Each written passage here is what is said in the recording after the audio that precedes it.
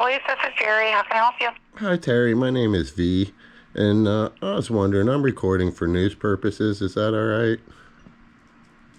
Sure. How can I help you? Yeah, I saw a video where a guy was pulled over for some kind of harassment thing, and he had his friend with him who wasn't in any trouble, and the cops wouldn't allow the friend to drive the vehicle away. They were mandating towing, and I was wondering if there's someone I can speak with about that. Oh, one moment.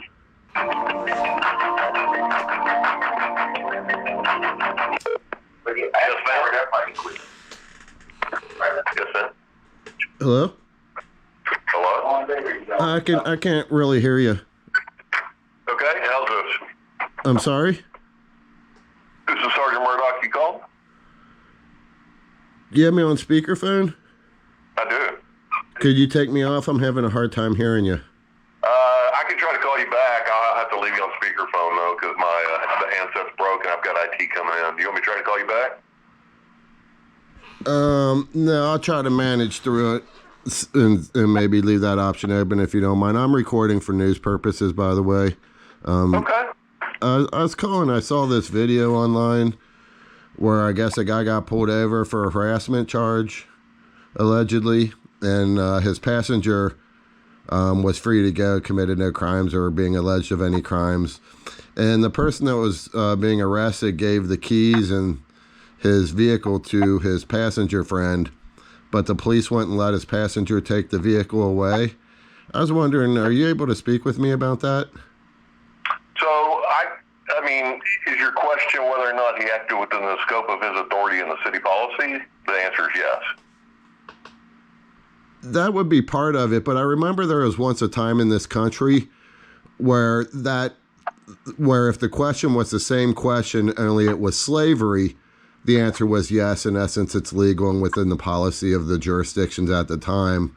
So I'd like to shift the conversation a little bit to, is it common sense evil to force the tow away, and is it common sense good and kind and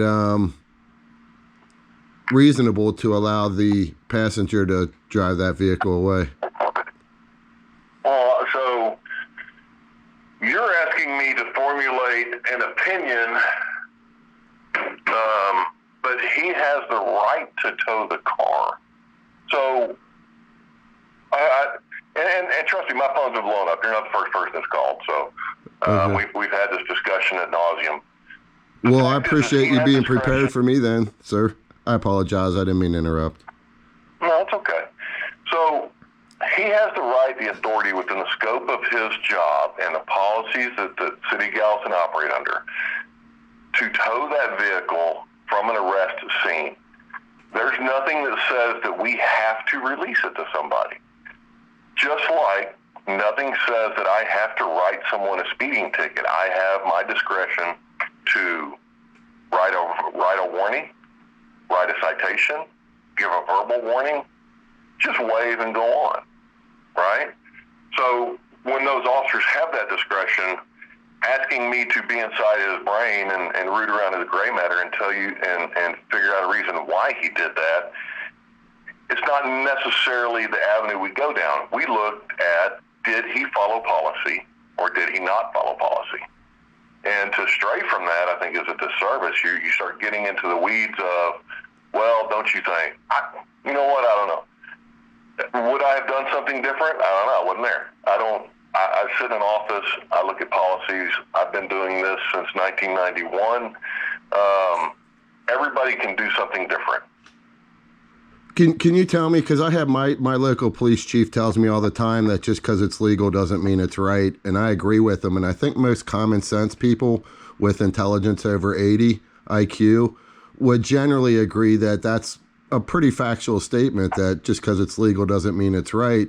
So when we have duties and we propagandize that we're all about integrity and doing the right thing and this and that, as most PDs do, then I think you have to take it beyond policy, because sometimes what the law will do is they allow you to do things that the society says is just downright wrong. Most people with common sense are going to say it's wrong. And so then what we have to do in our peaceful society is we have to go to the legislators and say, hey, listen, you gave these folks the power to do this, and it ain't always police, right? Sometimes it's business owners, sometimes it's the common citizen. And we have to evaluate those things as citizens, as police officers, certainly as leaders or mid-level leaders like sergeants in a PD, and say, hey, man, where the law is wrong or where our policy is wrong, because you seem to have, be in close circles to the folks that could influence a policy, where that's wrong. And the only way you get to the point where you say, hey, this policy might be wrong, so let's take a look at it. Just to take a look at it. The only way you get there is by not asking the question, hey, is this legal and within policy, but by asking the question based on triggering effects. For example, you're getting a lot of phone calls about citizens saying this doesn't feel right, or they're saying, hey, this is why I think it's morally wrong. And so, hey, we think it based on that, instead of just saying we're hardliners, law and policy, saying, hey, maybe we got it wrong on the policy side, maybe it's wrong on the law side. Let's take a look, and maybe we can keep the policy as it is, but provide our officers a little bit of guidance, such as, hey, you have the right to do things like that, but the difference in making a guy feel like his life was destroyed, or the difference of taking away, how much is it to get that truck out? Is it hundreds of dollars? Man, we could both make the same assumptions. I couldn't tell you. I don't know. So I can tell you that we work off a rotation system. Let's just say hypothetically there's 10 wreckers. The top wrecker gets called to a scene, and then he goes down to the bottom once he completes that tow. So I don't know what the fee schedule is, and I would hate to misinform you. Like, I was walking up on the main street around here recently, and somebody came up to me that looked pretty scroungy as a woman. She looked pretty hurting. And I stopped her and I said, hey, do you know what's going on over there? Because there's something going on I didn't know about. And she said, no. She said, but I'm hungry. Can you feed me? And I said, here's $100. Now, law and my own personal policy said I didn't have to give her crap, right? But my value system said, hey, law still allows me to do that, just like law and your policy allowed him to let that car go back, right? The car, he had the choice whether he was going to have it towed or let the guy's buddy take it, right? In other words, he could have let the guy's buddy take the car and he still would have been within law and within policy, right? Sure. So the law and the policy, as long as you're falling within that, you now have a choice that you have to base it on something other than law and policy, because both of them pass the law and policy test. So once it passes the law and policy test, what's the next test it should look at? And my understanding is that when we sent over one or more Supreme Court justices to help oversee the Nuremberg trials, where people were doing horrendously wrong things on a moral level, but to the Nazis, they were determined to be legal until the Nuremberg trials. And then they determined that people in those positions of power, like police, have an individual responsibility to apply their own value system, because sometimes the law gets it wrong. If the law says, hey, you can hunt down and shoot black people or chop off their foot if they try and run away from your slavery, and you're a police officer, I don't give a crap what the law says. I ain't doing that shit because it's wrong. And so for you to go to a defensive position and try to defend these actions instead of articulating some of what I just articulated is concerning to me. And it makes me wonder, do you understand what I'm saying?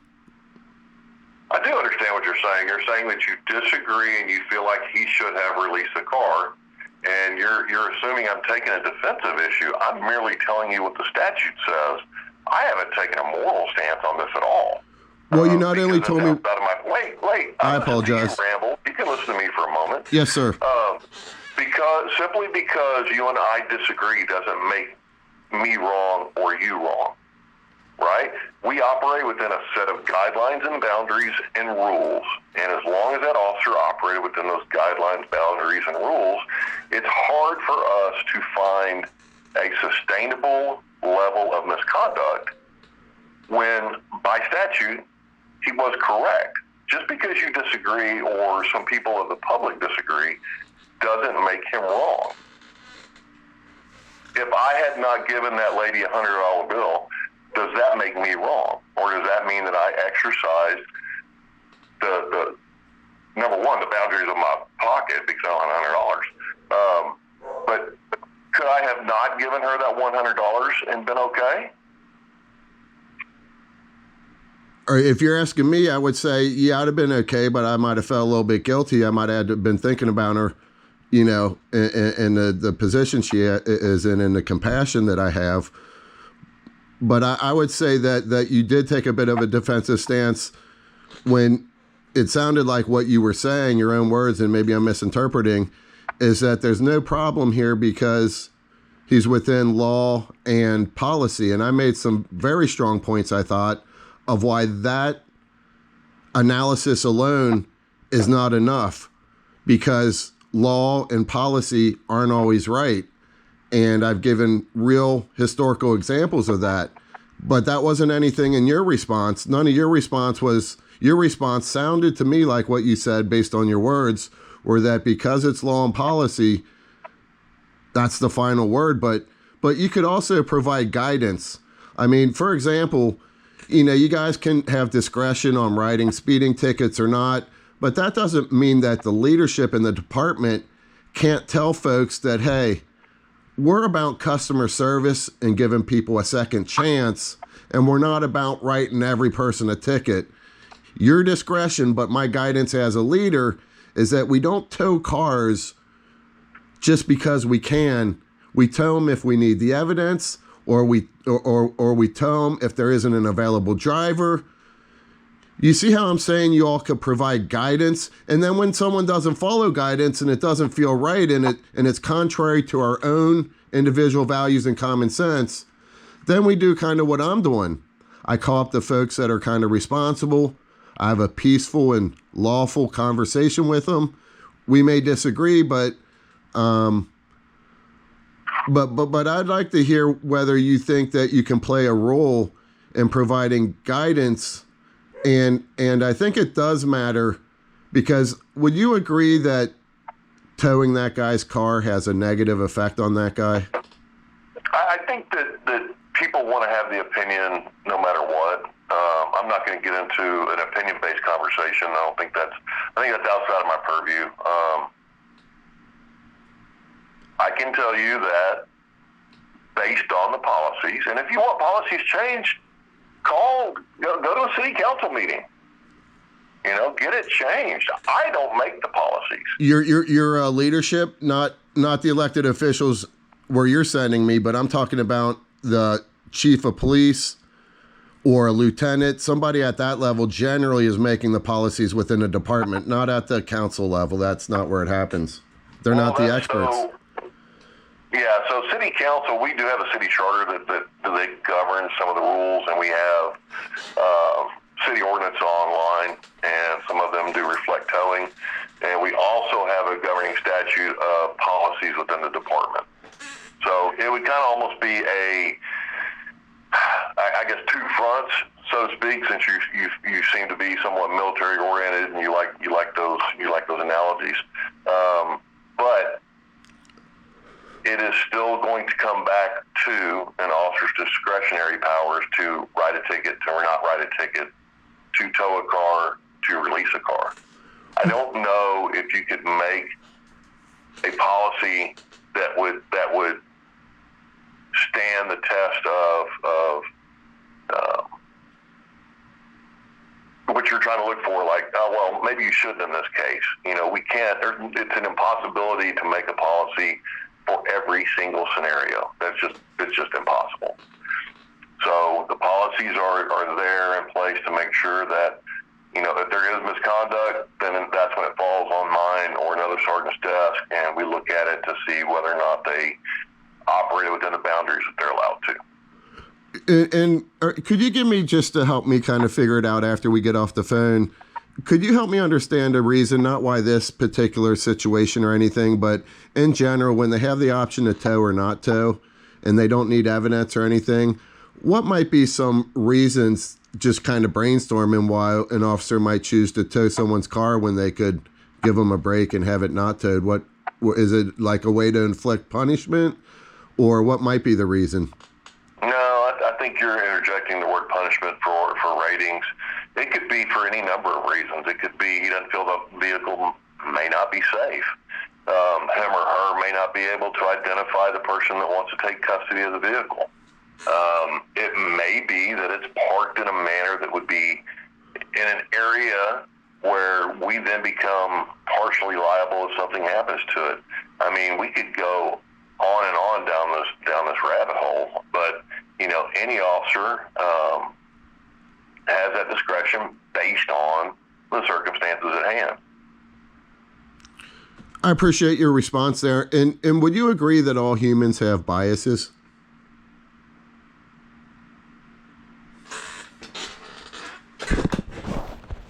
My phone reset, so missed the rest of that conversation, but I think he was good at dodging some questions. I think he was good at answering some questions as well and spending some time, as opposed to just being a total asshole. He actually tried to make it sound like the responses were reasonable, and in some cases I think they were, but I thought I made some good counterpoints that he doesn't really have a response for.